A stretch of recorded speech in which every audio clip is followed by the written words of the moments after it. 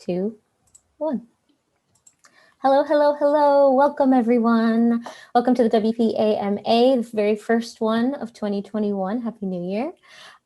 This is a weekly series hosted by WP Buffs. My name is Allie Nimmons. I'm going to be your host for today.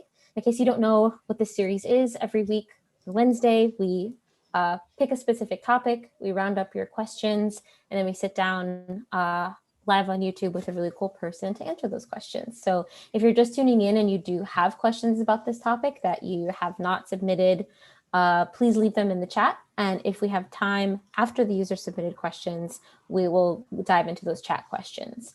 We also do a random giveaway at the end of every episode. And this week we're giving away another free item out of the WP Buff store. So make sure you stay until the end to see if you are chosen.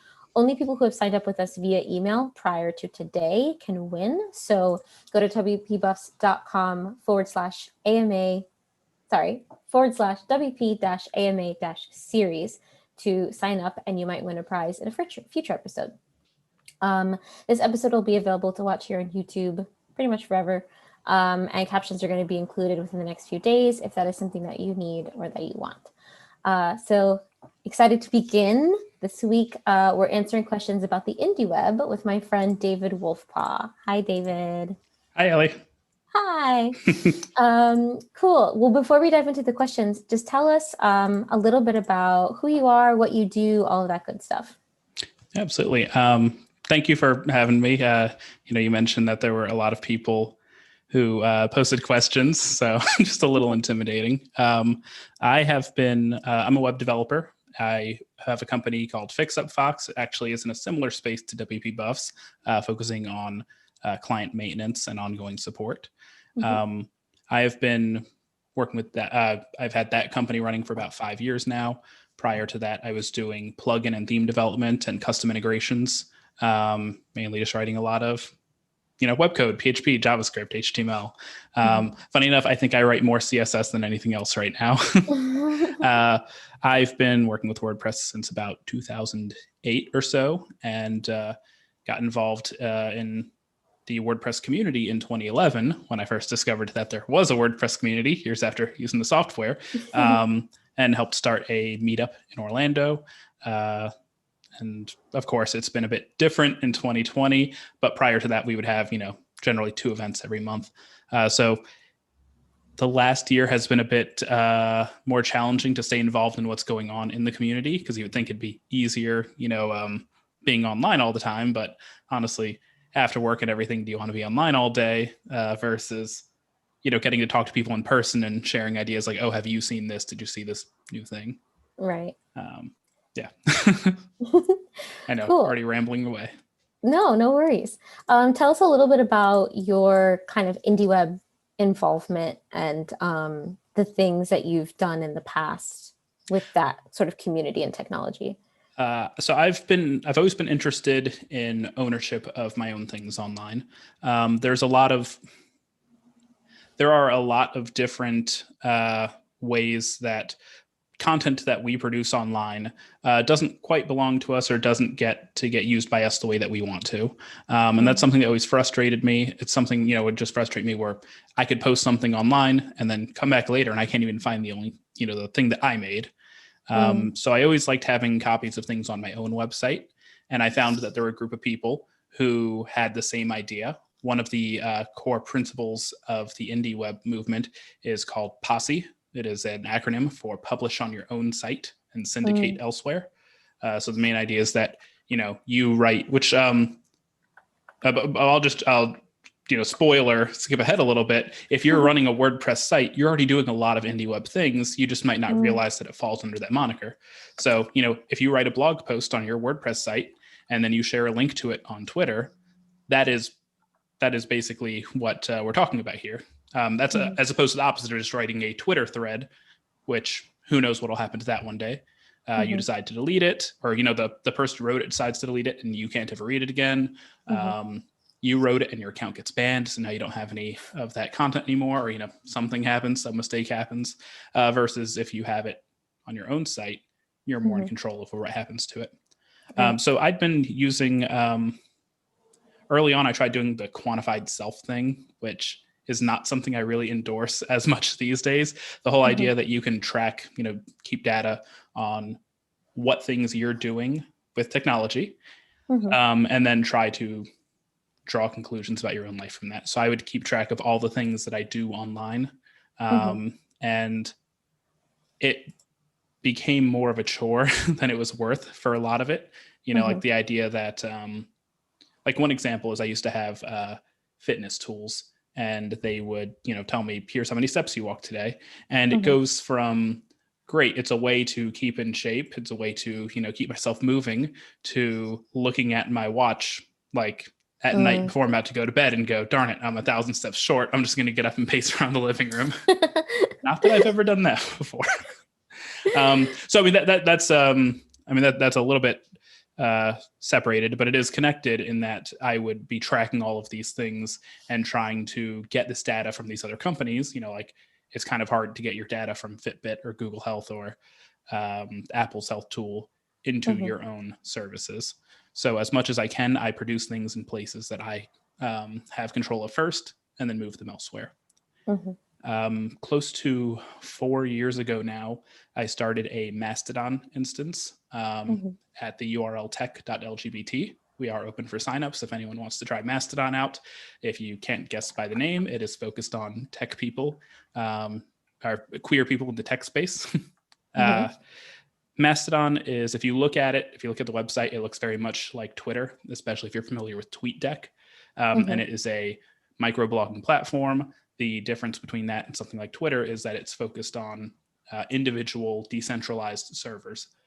So the server that I'm on, it's not owned by some other company. It's not something where we have to worry about what other companies choose what we can say and do on it. We shape it to how we want it. Which means in my case, I'm not trying to do it like no one can tell me what to say. I'm actually doing the exact opposite, saying, no, we have very strict moderation policy here, and we're going to be held accountable to it, which, sometimes can be felt missing on bigger platforms. For sure. Awesome. I love all of that. That actually, you kind of answered our very first question, which is, what is Indieweb, or what is the Indieweb? So it's the idea of being able to have ownership over the things that you put online, and like the Mastodon instance, like making your own rules for the communities that you're a part of. Is that a good TLDR definition, or is there something there that I'm missing? No, I think that'd be a good overall definition, but I would add that, first of all, a lot of the information that you would want to know about the Indieweb can be found at the website indieweb.org. It is a wiki where people can add, information, including people can even talk about their own projects that they're working on, or things that they've seen online that they think fit well. And one of the intro posts on that site is the principles of Indieweb, because it can be a very nebulous idea. Actually, one of my friends asked me this morning, when I told them I was doing this interview, they said, what is Indieweb? And I tried to explain like the difference between walled gardens like Facebook, and how you would have more control and how you have more ownership. And I realized that it can be a little slippery to define. But some of the principles that the Indieweb has are both technical. I'm just reading through the list of principles on that page right now. Some of them are that the things should be open source, that they should have modularity, meaning that they should be little pieces that you can basically assemble, like Lego blocks or something. You build a tool and it can be incorporated elsewhere. Longevity, you're not planning on deprecating it next week because you decided to move to a new framework. Plurality, which means that there's no attempt to make the one true service or one true tool. There's a lot of options. An example being, I use Mastodon, which, like I said, is like a microblocking platform, but there's other ones like it, like Misskey and Pleroma. They're not as popular, but they do similar things, but they're built different ways. So those are more technical reasons, more technical definitions of it. But there's also, I think most important is the cultural definitions of it. People are encouraged to make their own tools and to share those tools with others. To use the tools that they make. So don't build software and just go like, here, other people use this. It's, they call it dog fooding, using software that you're making for yourself. I think the cultural part is a lot more important than the technical part. You can spend all day talking about, how to build things, what technology is the best, what programming languages are best, and everything like that. And a lot of people spend a lot of time on that. But that doesn't change the fact that at the end of the day, this is written by humans for humans. That makes a lot of sense. David Shonsky just dropped in our chat the link to chat.indieweb.org. So there's another resource for you as well. Any resources that David mentions as far as links, I'll make sure to put it in the video description. So if you're watching this later, check the description for those references and those links. And please, I assume you're talking about me, David, the second one, but also look at all the links that David Shonsky puts. He's written most of the plugins, or a good portion of the plugins that I use on my WordPress website to manage the Indieweb features that I use. There's a lot of people who've put in a lot of work, and again, use it on their own websites to make WordPress more capable of living in an Indieweb world. Lovely. Well, David Shonsky, thank you so much for being here. That's so cool that you're here. Let's go ahead to the next question. What would you most like to see? The wording of this question is a little weird. What would you most like to see Indieweb rise in the future of WordPress? So maybe that they're trying to ask, what kind of Indieweb sort of things would you like to see connected to WordPress in the future? Which I should reiterate, you just kind of said that WordPress in and of itself is already pretty Indiewebby. What additional things would you like to see? Yeah, thankfully, a lot of the things that I want to see are things that people are working on. Again, people like David are working on building like plugins, but there's also work to put things like web mentions into WordPress core itself. There's been a push recently to update WordPress comments a bit, and web mentions is one of the things that that people have been talking about. So the idea of a web mention is that it's you can create some action on some website and have it perform another action on a different website. And I realize that's like very vague term. Example, on my personal blog, I have web mentions set up. I think David might have written the plugin that I'm using for that again. But the idea is that I should probably go look before I got on here and say something. But the idea is that, let's say I post a link to a blog that I've written on Twitter, and then somebody on Twitter leaves a like, or they retweet it, or they even reply to me on Twitter and say like, whatever they say about it. That reply on Twitter can then get ported in as a comment on the WordPress site. So I can get interaction there. And then even better, I can respond to that comment on my site and have it go back to Twitter as a tweet reply. There are a lot of services that allow you to connect like this. There are a few that are notoriously more difficult, like Facebook being one of them. They kind of try to keep everything really separated. But services like Reddit, Twitter, Instagram, I'm trying to think of others that, have a little bit better way to communicate between them. Nice. Something else that I'm interested in seeing is, and sorry, I know if David's still watching, I'm not picking on him, but pointing out, he linked to the Indieweb chat where you can get involved in Indieweb topics. Think of that as kind of like the WordPress core chat. I would like to see more conversation around WordPress and Indieweb features. Again, that's something that I think we are going to see in the future. There is an open source decentralized chat program called Matrix.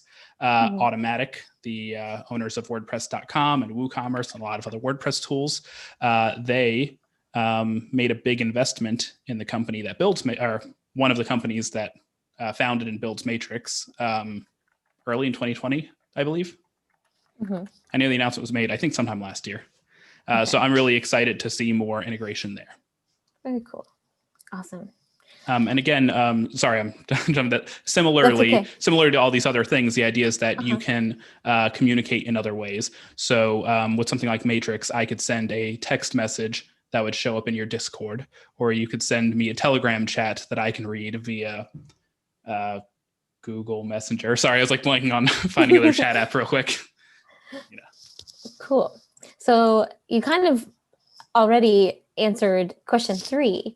This tends to happen in Let me answer these question AMAs. 4 now then. Yeah. So question 3 is, how might I use Indieweb technology or software to replace my dependence on sites like Twitter? So you already kind of mentioned Mastodon, which is very similar to Twitter. Are there other examples of things like Mastodon that somebody could hop on instead of using something like Twitter? Yeah, absolutely. There's replacements for pretty much every major social network. In fact, some of them were founded before the major social networks, and then some of them look more like add-ons later. As an example, I was never very active on Instagram. I did eventually get rid of my Instagram account, but for the year of 2020, I wanted to do a daily photo challenge, and so I created an account on Pixelfed.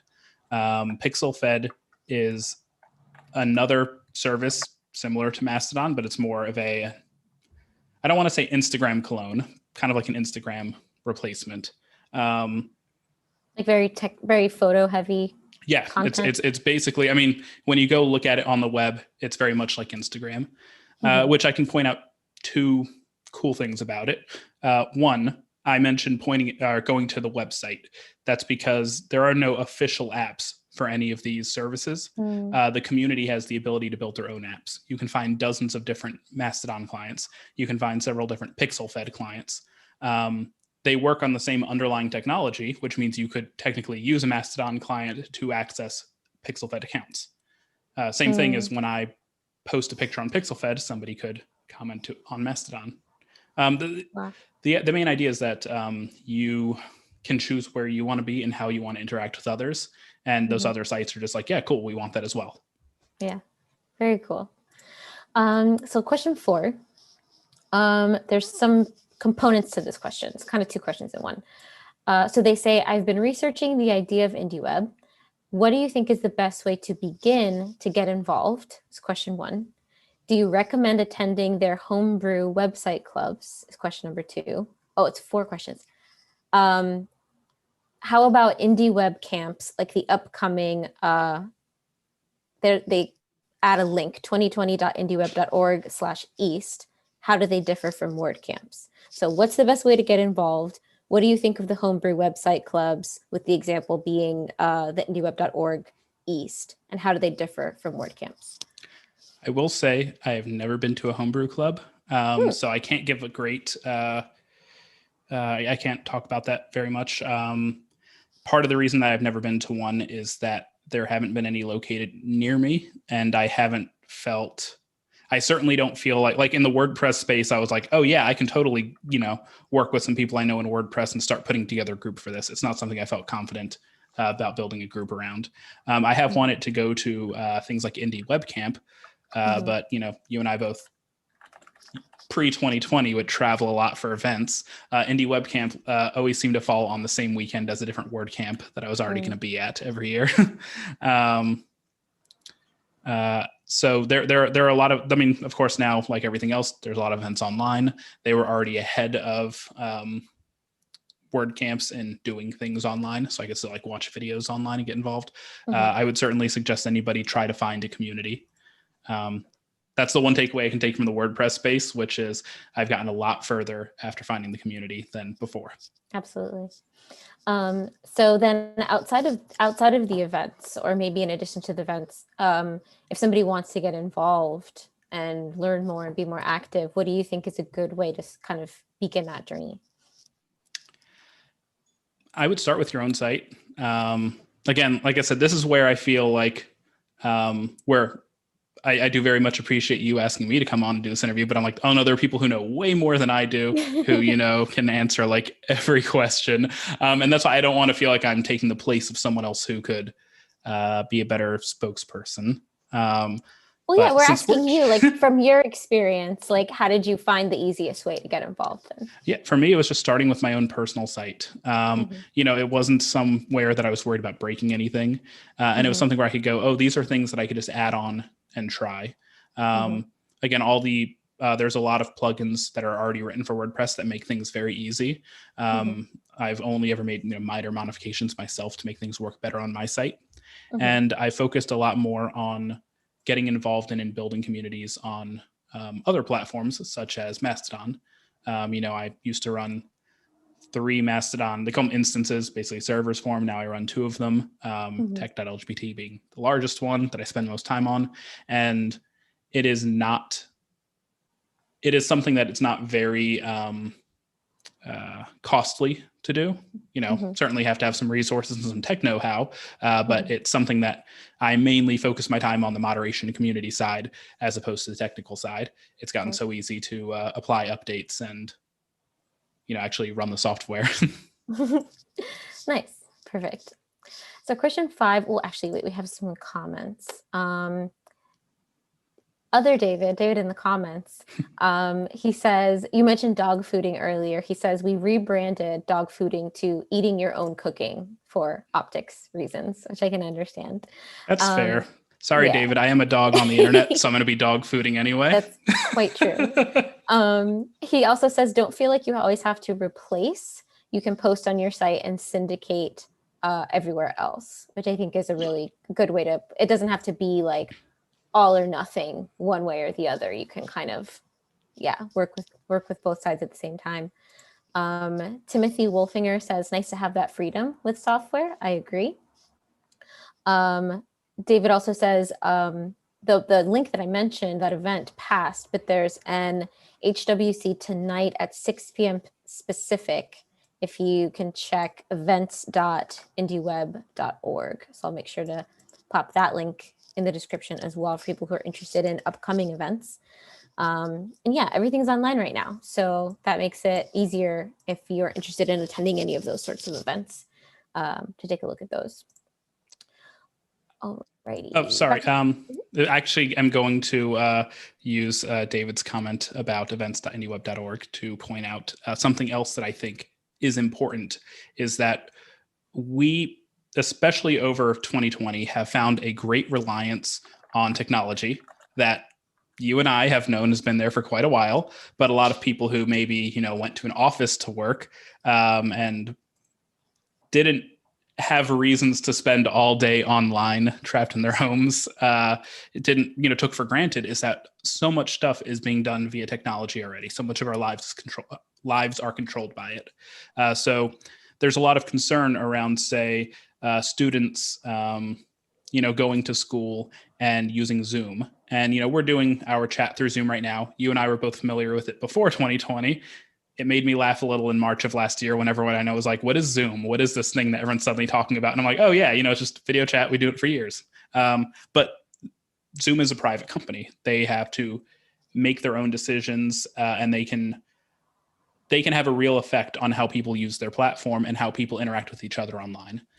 Similarly, the state that we live in is doing some counties. I don't know if you saw this a couple of days ago, but some counties in Florida are using Eventbrite to manage people signing up to get vaccinations for the coronavirus. There are a lot of problems with Eventbrite. I don't want to specifically call out companies here, but Eventbrite has had many problems over the years, and not everybody can even use their platform. Tying government services and schooling and things to private companies can be very dangerous. That's one thing I think the Indieweb can help with, is finding and building new ways for people to interact. So an example, the reason I was thinking about it from his comment, is that you can use Indieweb features at places like events.indieweb.org to actually do all of your RSVPs and manage events and things on your own terms from your own sites. It's another way for someone to say you can take control over something, as simple as saying, hey, I want to be at this event, or I'm signing up, here's all my registration info, without having to rely on a third-party platform. Right. I love that. And I think what keeps sticking with me is how much WordPress is already, I like the word indie webby. It's probably not a term, but it makes me think of, I got married at the end of last year, and we wanted people to be able to, if they wanted to send us a gift or a little donation or something like that, to be able to do that. And so at first we thought about using something like a crowdfunding thing or something like that. And I ended up just using GiveWP, the WordPress plugin, on our wedding website. And it was so much nicer to just have complete control over that situation. And be able to, I mean, I'm lucky that I know how to build that out and set that up, and, you know, it was quick and easy for me. But it just felt a lot nicer to not have to use another third-party service to like send all that stuff in. It was just like 1, 2, 3 and done. And I could see all of the information. I could see all of the details I needed to see. So yeah, that makes me feel good that I'm already, I'm already kind of in that mindset. And yeah. Where you can take control, you know, it's worth doing it in places where it's, you know, where it's important to you. I just about a year ago now, I started, well, I'd used GiveWP before, but just about a year ago now, I used GiveWP to raise money for a local and a national LGBTQ youth charities. I remember. Because I think you donated, and somebody got to choose what my hair color was. I'd never dyed my hair before. Now I've been doing it like 10 different colors this year. But that was part of it. It was like a little stunt, and it worked out very well. And I was able to do it all from my own website, which means that I was able to control how it looked and how people are able to donate and all of that. Exactly. Of course, it does require some technical knowledge, but tools like WordPress, like GiveWP, and all the people who build these tools that keep improving them, keep educating people about them, are making it much more easier to do so. Yeah, absolutely. Like for events, and I happen to pull up the the YouTube chat, so I'm looking as well. Aaron Precky mentioned Meetable, which you can find at meetable.org. I believe some people had discussed moving WordPress events to Meetable. A few years ago, Meetup changed their pricing structure, which could have really affected WordPress events. They were sold to another company that has since gotten a lot of scrutiny. They fired a lot of their team. They did a lot of things that didn't really feel very equitable, or very ethical either. You know, how the change up in the teams were. And there had been a big discussion about, you know, we're one of their bigger clients. There's thousands of WordPress groups that use it. Would there be another platform available? And I feel like I don't want to take up, like, you know, too much, like if we have more questions to go through, but to get on my little rant here, the one problem that I do find with these tools is that the network effect is really important. You know, it's great to say, I want to move from Meetup to Meetable or another organization, which I would love for us to do, but that requires a new set of learning for people. It also requires it requires people to meet us in a different place than they normally would. Like there has to be some number of people who already had Meetup accounts and were recommended a WordPress group and came and found it. There are some, you know, it's hard sometimes to convince people like, hey, don't go to Twitter. Let's have this chat on some other service. So, you know, I have a very thriving community on Mastodon, but it's not the same people I talk to on Twitter because it's a different community of people with different ideals. For sure. Oh, I think I just heard my cat meowing. I shut them out of the room. Yeah. I should probably start doing that. I should say really quick before we go to the next question. I did dye my hair over the break. And somebody kind of said to me, not unkindly, they were like, isn't that, you're on camera a lot for your job? Isn't that kind of seen as like unprofessional? And I just love that, like the first event thing that I'm doing, being back like from the holidays, is with somebody else with pink hair. And it's incredibly validating. I love it. And I'm also glad that was the color chosen. Last year, I was like, don't anyone get cute and say dye it black. Oh, no.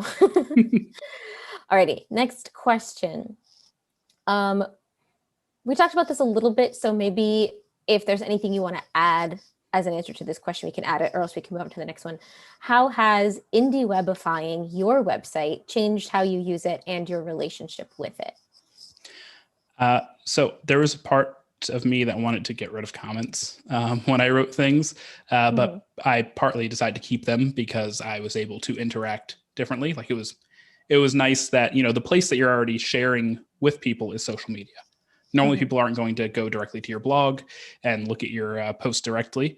So, you know, I write a post and then I share it to my friends, or I link it on Twitter or something like that. So that's where people are already coming in to find my content, or just to, you know, I'm just saying, not just for me, but for anybody, that's where people are engaging with you.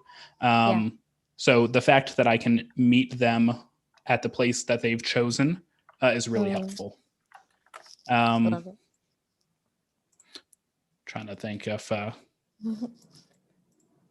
okay. We can circle back if you think of another thing to mention about your site. Question number 6.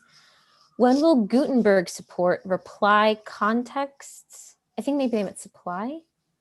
I'll read it how it was submitted.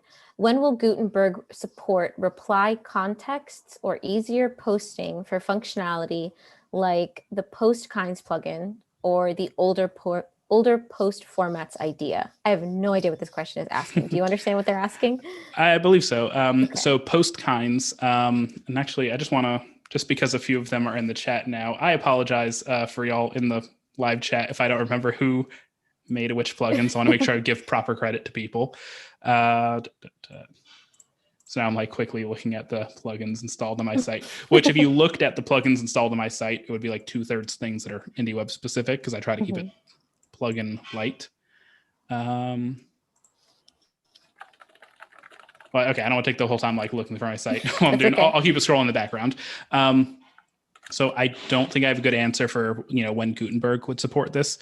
Part of my answer would be whenever somebody writes something for it, which I know isn't the greatest response, but what I mean to say is it probably isn't going to be something directly from WordPress core. It's going to be a user who's already interested in this writing a tool and either shipping it as a separate block or convincing people to put it into core. So a longish time ago, I guess about 2013 or so, WordPress was planning on, the WordPress core team was talking about changing up post formats. That's if you have a theme that supports them, you will see in your editor page, you have the ability to click if it's like a text post, an image post, a link, gallery, things like that. They were planning on making that more of a core feature of the experience. At the time, a lot of people were comparing it to Tumblr because that was really the only other platform that did that at the time. Of course, this was 5 years before Automatic bought Tumblr.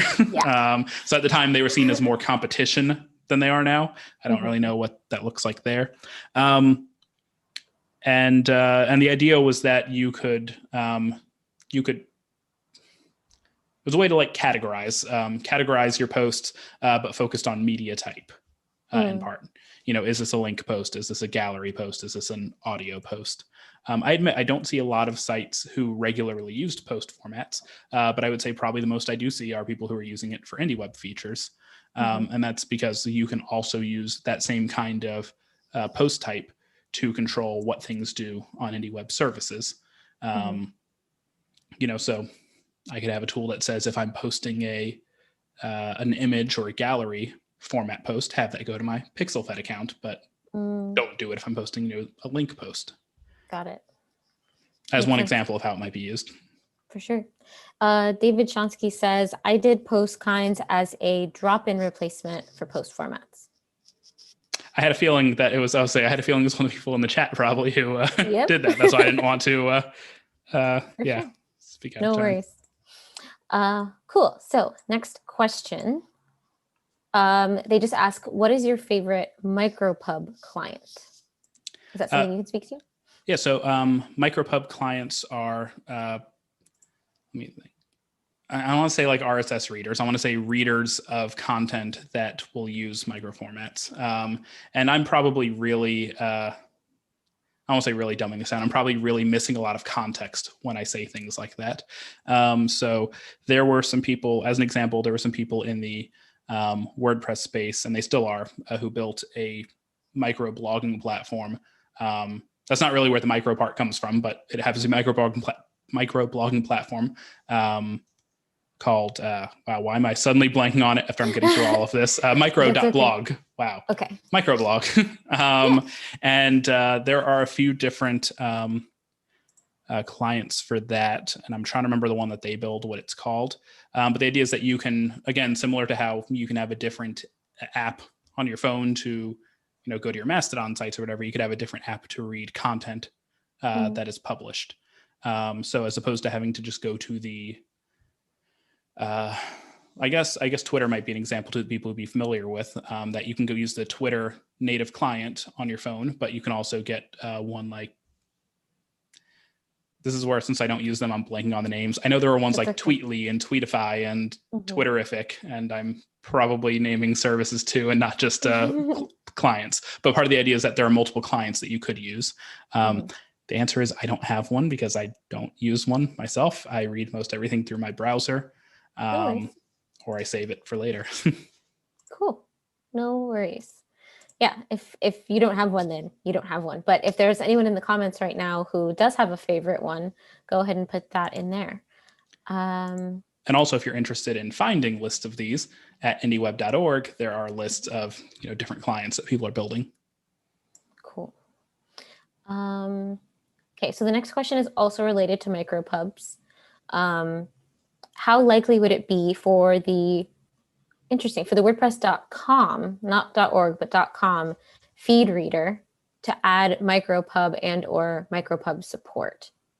Is that something that you feel like you could speak to, or not so much? What you think. You probably don't have any like insider information about like when that would happen, but that would definitely be something that would be more. Well, I mean, I guess it depends on how the question is worded. If it's something that's more of an automatic decision to make on what they would want to do versus just a technical, here's how you would do this. So an example that people might be more familiar with is RSS. And so you can use, RSS feeds on websites to use like Feedly, or I use InnoReader, that I've pronounced, to consume content from other sites too. Using micropub would be kind of similar. You can, and I'm sorry, we've been saying micropub this whole time, and I was thinking microsub, and so now I'm going to backtrack just a little bit here. And the reason I was just answering the last question, even though my answer was I don't have one, is because I still wanted to like get a bit of a definition out, so it wasn't just a lot of jargon. Micropub for publishing, microsub for subscribing. And so all the things I was saying were like micro sub things, subscription, RSS feeds and things like that. Micropub is basically, there would be more tools that will allow you to publish to other platforms. So you can write on your WordPress site via the backend of your site on the web. You can use the official WordPress app on your phone. You can use, I know on Mac, there's IA Writer that lets you publish directly to WordPress sites. I use one called Boost Note, which is cross-platform that will let you publish directly to a WordPress site. And that's the idea of a micropub, is that you can publish to other sites via another platform. And by publish, I don't just mean blog posts. I mean, I could write all of my Twitter posts on my Mastodon site if I so chose, and just have my account route it to Twitter as one example. Makes sense. Yeah, David Chonsky says micropub is for posting, microsub is for reading. Many apps do both protocols. Yeah, I was just popping in my head. That's okay. And he says Indigenous for Android is my go-to posting app. So there's a good recommendation for everyone. I've heard a lot of good about it, but very scandalous. It's been a few years since I've used Android devices. No worries. I got one of those cool little iPhone SEs, the really small ones, and I really like it. And so I got that like 2 years ago, and oops. I've always been an Apple person. I went from that giant Nokia brick, which was my first cell phone, straight into an iPhone. So cool. So question number 9. This also has a ton of stuff in it that I don't know what it means. There's development work attempting to unify the web mention plugin and the semantic linkbacks plugin. Beyond this, what pieces or concerns are there which might block acceptance of web mention functionality into WordPress core? That is definitely a question I'm not going to be able to answer much, because I don't really take part in those discussions. Like I said, I know a lot of discussions have been happening about incorporating web mentions into core. Generally, the only times I've ever really seen pushback on including things in core has been for backwards compatibility. I know that that's not I don't want to say that WordPress doesn't focus on that anymore, but after, the switch to the block editor, there's been some times that breaking changes have been made. Great that there's been changes in breaking changes in PHP versions and MySQL versions and things like that. So I imagine that wouldn't be as much of a blocker now. But I couldn't speak to, what blockers there would be for inclusion. If I could say one blocker, I think it's that it's not very well known. Comparably, what I mean to say is there are not many people who are both working in the WordPress space and utilizing Indieweb. I don't mean to say that people aren't out there. Obviously they are. They're, here in the chat now too, but I could see when you're talking to the wider, broader WordPress community, you can sell people on an idea, but first getting them to that idea in the first place means you have to have discoverability. Yeah. So I could see it being hard to tell somebody, we need to include this feature, or it'd be great if we include this. And then the person's like, I have no idea what you're talking about. Yeah, that would definitely be a blocker. For sure. And I feel like for the person who asked that question, if you are watching, go ahead and join into the WordPress.org Slack channel. And I'm sure that there are other people in there that you could probably have this kind of conversation with. If this is if you're asking this because this is something that you would be interested in working on toward, adding it into WordPress core, I'm sure that there's a ton of people who would be at least interested in listening to, what this would mean, what it would involve, and so on. I would say that some people who I think could be very interested, and one way that I can sell people on getting interested in a lot of these ideas would be SEO people. Honestly, because a lot of the work that you do when it comes to, ensuring sites are built well for SEO are the same kind of things that can make it easier to consume via other Indieweb tools, to be able to use microweb tools to write to and use Microsoft tools to consume. So as an example, if I have a web mention, if I have a comment or something coming from one site going to a comment on my site, I need to know what that content is. Like my website needs to know, who is this coming from? What do I associate them with? What is the content of it? All of the information that needs to go into making a comment. That's the same kind of information that you want to be able to tell a search engine for SEO purposes. So, one of the examples I tell people, if you want to get started including things on your site, ensure that you're using micro formats. So basically you are using some, it's little ways that you can, like in the HTML code, say, this is what this bit of content is. A lot of tools like Yoast SEO do this automatically. They can take things and see, if you ever go through like setup of Yoast, it asks you, are you a person or a company? The reason it's asking you that question is so it can build the proper micro formats for your site. That way, when other sites, they're like Google and other search engines come to your site, they can see, oh, I see that information that tells me more about this website.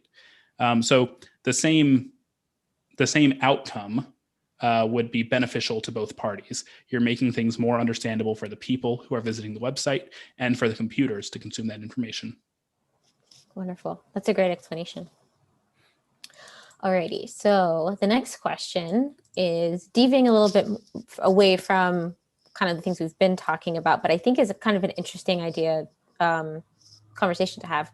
How might we, and this is also, we're thinking about when WordCamps are back, how might we encourage WordCamps to show preference to people's websites instead of their Twitter handles on things like badges and identifications? So I really like this idea because it doesn't, I feel like there is a impetus on Twitter around things like WordCamps in our community. Like everyone's on Twitter, and if you don't have a Twitter bio, then you just have nothing on your badge. And I think if people are starting to use alternative methods of communication and sharing and things like that, and you as somebody who is a meetup organizer, and I believe WordCamp organizer at least once, right? Yep. Yeah. How would somebody go about kind of advocating for that sort of a change? So I think that is something that I agree. I think that kind of change could be made. I am a bit, So I could see that where it's a tech event, people are more likely to have their own websites. But I also know that at a WordCamp, there's a lot of people who will go that don't have their own website because they're coming to learn to build one, for instance, or do it for clients, or just, maybe don't want to use that as their way of identification. That's one fast to me. That's not me. So I can't say that I think it would be the best replacement for Twitter. But I do agree that saying, the one thing we're going to show on our badges, which we've done at our event too, we've asked people, what is your Twitter handle? Is, as opposed to what is your social, we just say, what is your Twitter handle specifically, is that it makes it hard to, for people who aren't active on Twitter, or people like me who are doing that. I still have this account because it still kind of benefits me in some ways. And then I don't get away from an account that I don't really like because I feel like I need to use it for other things. I think because of that, it would be important maybe just to have like a fill it in here, like what is the way you want to be found online.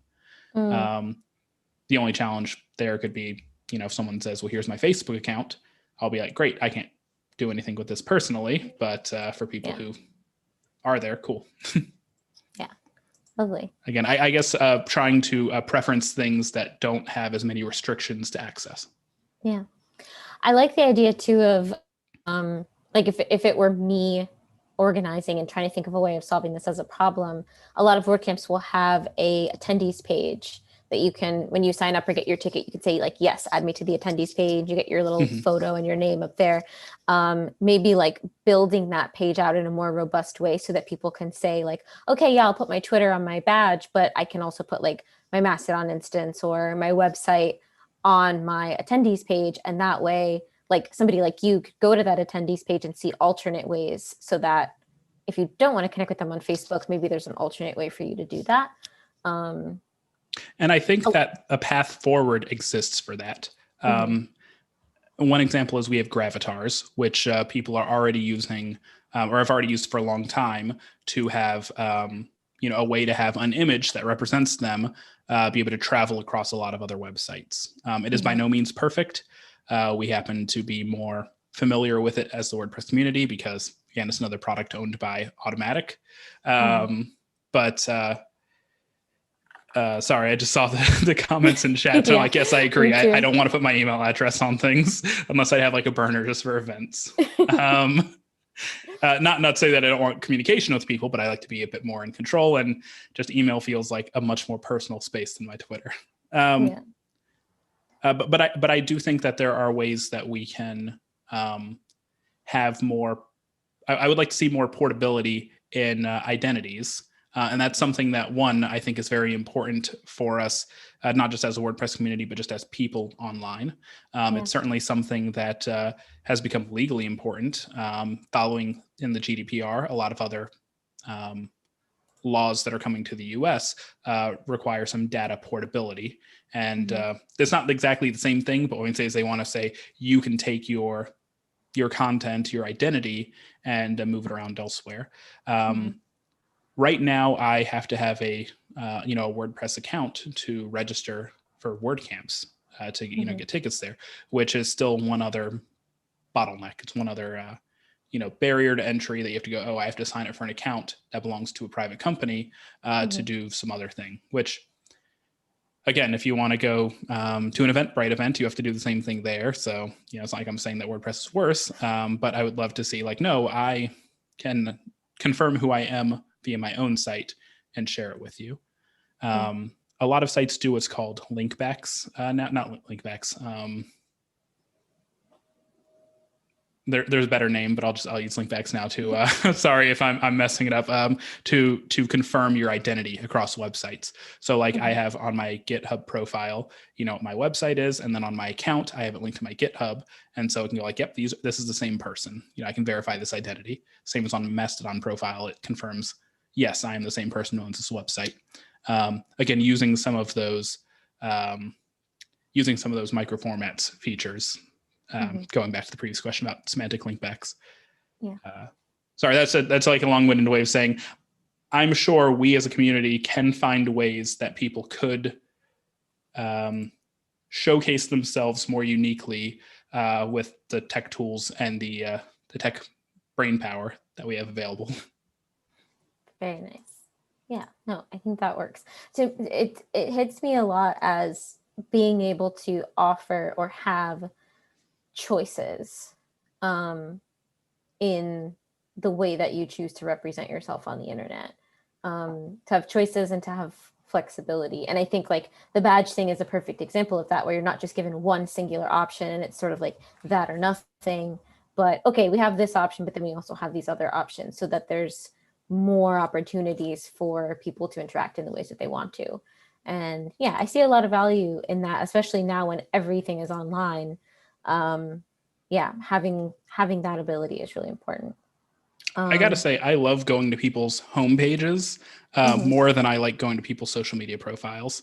Not that I mean, trust me, I'm not anti-social media or anything, but there's so much more that you can do with your own website than you can do with any social media site. Again, I will acknowledge that it is something that requires a lot of technical skill. It is something that requires you to have a time investment that you don't necessarily need to just sign up for an account somewhere. But for someone who takes the time to think about it, to work on it, and the people that I know who work on their own websites regularly, they put a lot of time into it. It really can say something a lot more personable, can say something better about the person than just seeing their profile on a site where everyone's profile looks almost exactly the same. Yeah. And I agree with you there. And I think that a website is something that you sit down either in one sitting or over multiple sittings and decide, what do I want this visually, contextually to say about me and represent about me? And I don't think that people are that conscious about something like Twitter. It's a very like I posted something a little while ago, which I'd totally stole from somebody else, but it was like the first like 5 tweets on your Twitter profile are going to give somebody that first impression of you, And so if the last 5 tweets were all shared when you were in completely different moods, that's like 5 different people that somebody is experiencing, and it's not cohesive. It's not as curated as you might want it to be. And yeah, I think that if I go to someone's website, I can immediately understand, like, what does this person want me to think about them? What do they want communicated as a WordPress professional or whatever it is that they are? Versus, you go to somebody's website and maybe they're, complaining about their kids or complaining about politics or whatever. And that doesn't always give you the view of them that you're looking for. So like, I like having both, because I think one of the joys for me of the WordPress community is like, yeah, I can go to somebody's website if I need professional information about them for some kind of opportunity, but then I can also go to their Twitter to see who they would be if I just like sat down and had a beer with them, So yeah, for me, it all comes back to that choice and those options and like building multiple facets about a person in different places. Yeah, what you choose to showcase on your own website is, I think, just as important as what you choose not to showcase. I mean, when I was younger, which I know it's not that old, but in web terms, it's old. Is a website like MySpace that had the top 8. Oh, and boy. that was, well, actually 2 things about MySpace. One, you had the top 8 is what immediately sprung to my mind. You're showcasing, these are the connections that I find most valuable and most important. Yeah. If you want to do that on Twitter or something now, you basically have to include them in your profile and hope someone reads it. You can't say, hey, if you're looking at my things, these are the people who I highlight most. But also, if you remember going to someone's MySpace page, and seeing the amount of creativity people put into building out their pages, which Absolutely. I have a lot of love for websites like MySpace, like Neopets, like 2 examples is good for right now. I'm blanking. The websites that allowed you to have more creative control over how you presented yourself, besides the fact that it didn't lead to, I want to say, a level of uniformity and stagnation that you could get for everything looking the same. It also was very educational. It can be really hard right now for people to jump in and just start building a website, because there's so many questions you have to ask now. There's so many things you have to figure out. And if you go to, how to build a website in 2021 blog post, someone's going to have so many different options. Either they're going to be selling one specific thing, like, well, here's how you should do it, WordPress, or whatever. Or they're going to go, well, here's how you do it. You have to go look at all of these different tools, choose a library you want based on which programming language you want to use, whatever, Yeah. that the barrier to entry can be really high. I really love tools like that allow you to lower that barrier to entry to the point where, the average person can go, here's my MySpace profile, but also I want to have the background be this repeating GIF, and I want to have my cursor to have these cool sparkles on it. I mean, how many people within our like kind of age bracket learned HTML through customizing their MySpace? Like, I know I did. Like, the first time I realized I could like change link colors to like red instead of blue or something, I was like, I feel like I'm like hacking into the matrix. This is absolutely life-changing. Like, it was incredibly cool. And I don't think that I don't think that was necessarily even intentional. Like, which I think is fascinating. So many people discovered that, but it was not like a feature of MySpace that you could just, you know what I mean? You know what I'm trying to say? Like, it was accidentally discovered because people were so curious about like, how much customization can I actually do? Yeah, I mean, wow. Talk about customizing your home on the web. MySpace was incredible for that.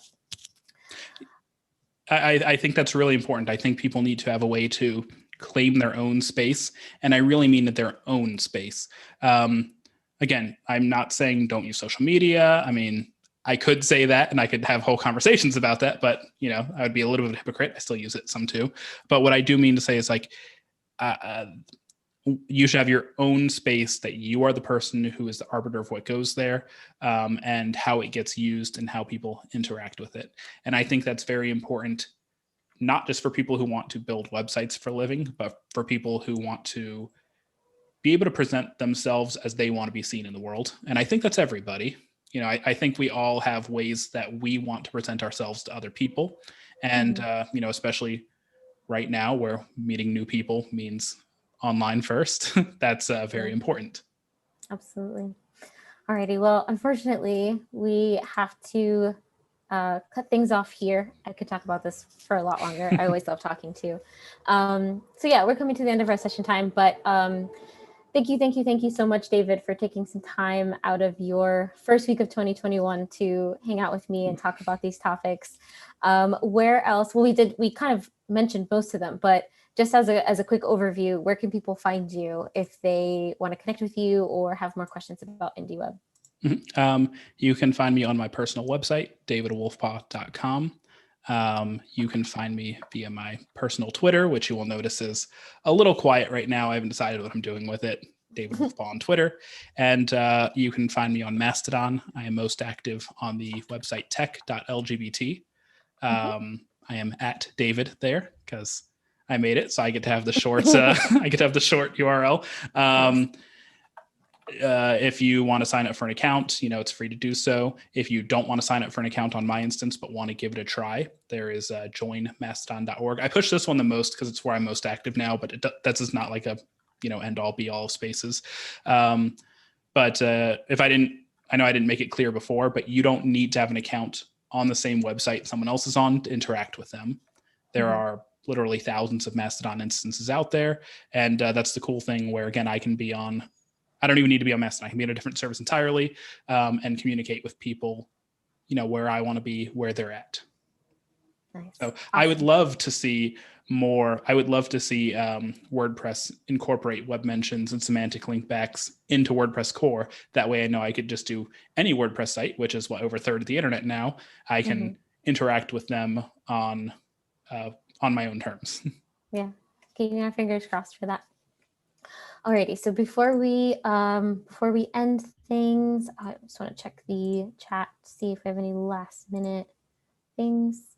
Nope, not really.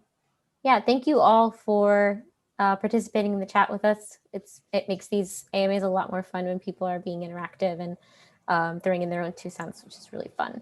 But yeah, before we go, we have to pick our random giveaway winner, and this week it is Will. Congratulations, Will. I will email you at the email address you provided, get you a coupon code. And yeah, we will see you all next week. Make sure you go to wpbuffs.com/WP-AMA-series and sign up with us. That way you get early access to the next speaker. We don't send you anything else. You're not added to any other lists. You're just added to this one. So we let you know every week who that speaker is. And if you are signed up, you get to submit your questions early to make sure that they get answered early. To find out more about us, go to wpbuffs.com, find us on social media. Facebook, Instagram, LinkedIn, all of that stuff, just by searching WP Buffs. And yeah, that's it. That's all, folks. Have a great one. Thanks for having me. Alrighty.